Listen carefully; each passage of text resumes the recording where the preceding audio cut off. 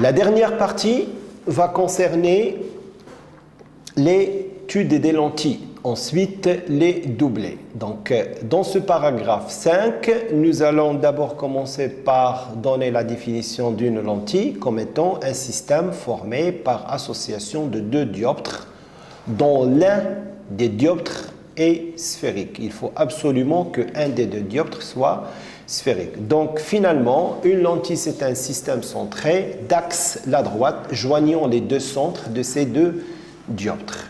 Nous avons plusieurs types de lentilles. Nous avons des lentilles qui sont composées de deux dioptres sphériques convexes et ce qu'on va appeler la lentille biconvexe.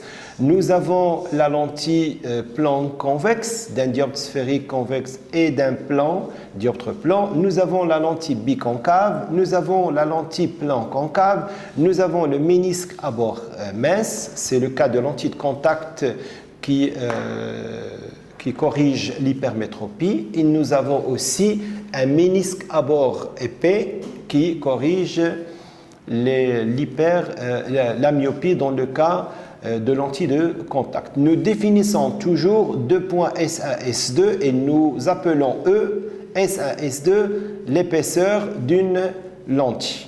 Je définis aussi pour une lentille le rayon R1, c'est le rayon de courbure S1, C1, R2, S2, C2 qui forment les rayons des deux dioptres qui constituent la lentille. Donc sur ce schéma, nous pouvons par exemple représenter une lentille épaisse et le cas d'un rayon incident qui émerge en passant à l'intérieur de la lentille et nous pouvons repérer un point qui est appelé le centre de symétrie de cette lentille. Bien évidemment, en termes de stigmatisme, la même chose, nous ne pouvons pas dire qu'une lentille est rigoureusement stigmatique pour tous les points de l'espace, mais ce que nous allons faire, nous allons travailler toujours dans les conditions d'approximation de Gauss en considérant des objets petits plans perpendiculaires à l'axe principal et nous allons aussi supposer que la lentille est une lentille de faible ouverture.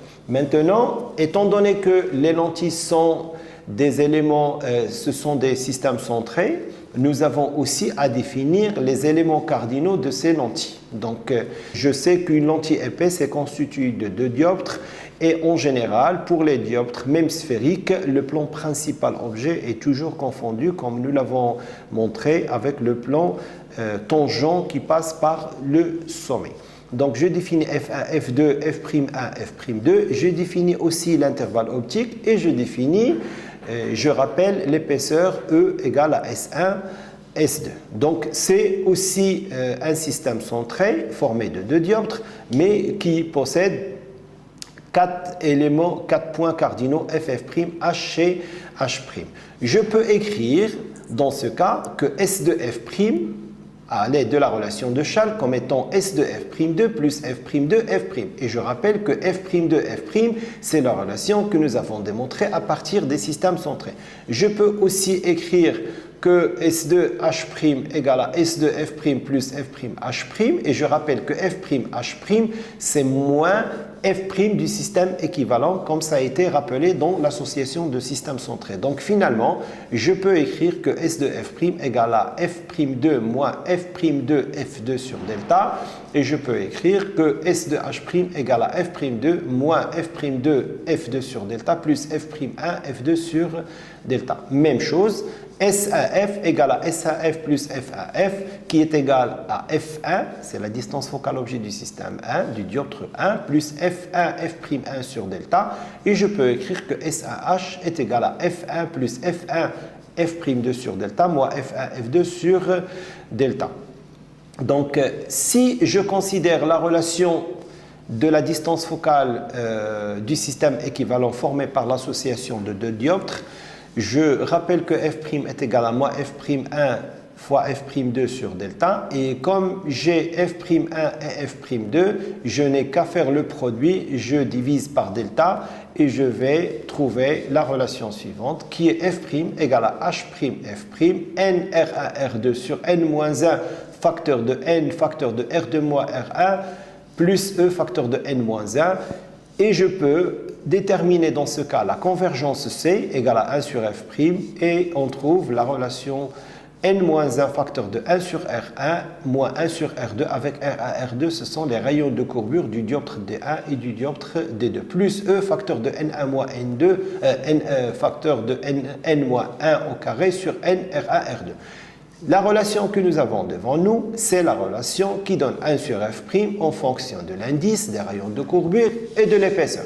Je rappelle que nous sommes en train d'étudier une lentille épaisse et dans le cas où cette lentille n'est pas épaisse, c'est-à-dire une lentille mince, j'ai E très faible par rapport à R1 et très faible par rapport à R2 et très faible par rapport à la valeur absolue R1 moins R2 et je peux donc obtenir la relation de conjugaison des lentilles minces si je suppose que l'épaisseur tend vers 0 et dans ce cas, j'aurai 1 sur F' égale à n-1 facteur de 1 sur R1 moins 1 sur R2.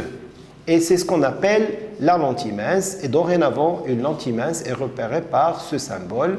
Et une lentille mince convergente sera repérée par ce symbole, alors qu'une lentille mince divergente sera repérée par un autre symbole.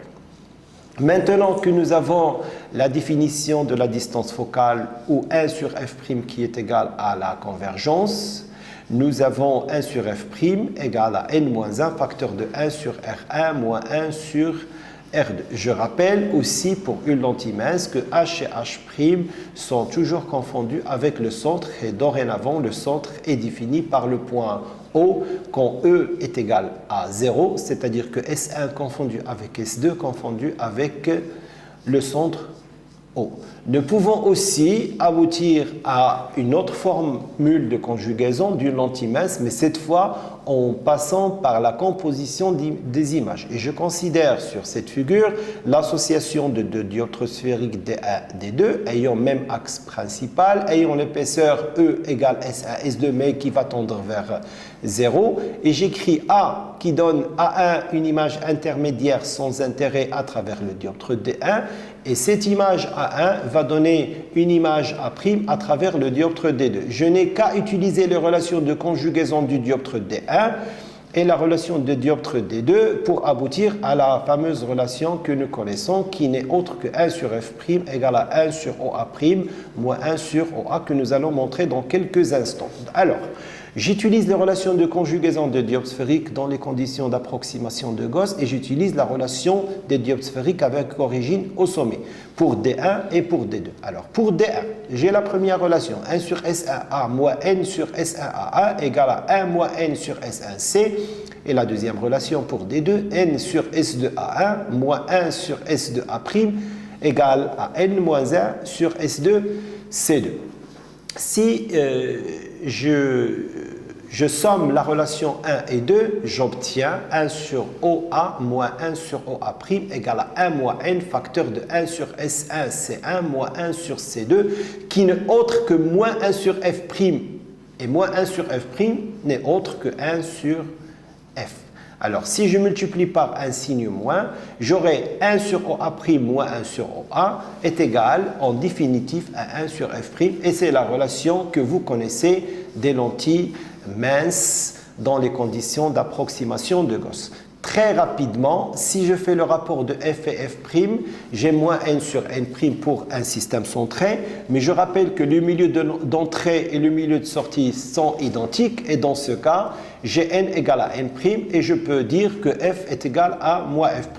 Donc, pour une lentille mince, j'ai la distance focale objet est égale à moins la distance focale image. Donc, la même chose, je peux dire que quand F' est positif, la lentille est convergente. La convergence, c'est 1 sur F' est supérieur à 0. Quand C est inférieur à 0, F' est négatif et la lentille serait divergente. La même chose, j'ai aussi la relation de Newton FA, F'A' égale à moins F carré ou égale à moins F' carré. En termes de représentation, j'ai une lentille mince. Je considère un rayon qui arrive de l'infini, qui va émerger en passant par F'. Et le rayon qui passe, incident qui passe par F, va sortir parallèlement. Et pour une lentille divergente, le rayon incident va émerger mais ayant un retour par f', et le rayon qui passe par f va sortir parallèlement. Donc dans le cas de la lentille mince, le point f et le point f' sont des points objet et image réels, et dans le cas de la lentille divergente, le point f' et le point f sont des points image et objet virtuels. Donc on peut aussi dire que les lentilles ont la même chose du point de vue propriété de foyer secondaire. Nous pouvons aussi déterminer le grandissement linéaire par A'B' sur AB, qui n'est autre que le rapport de OA' par OA, donc gamma est égal à OA' sur OA, généralement est noté par P' sur P.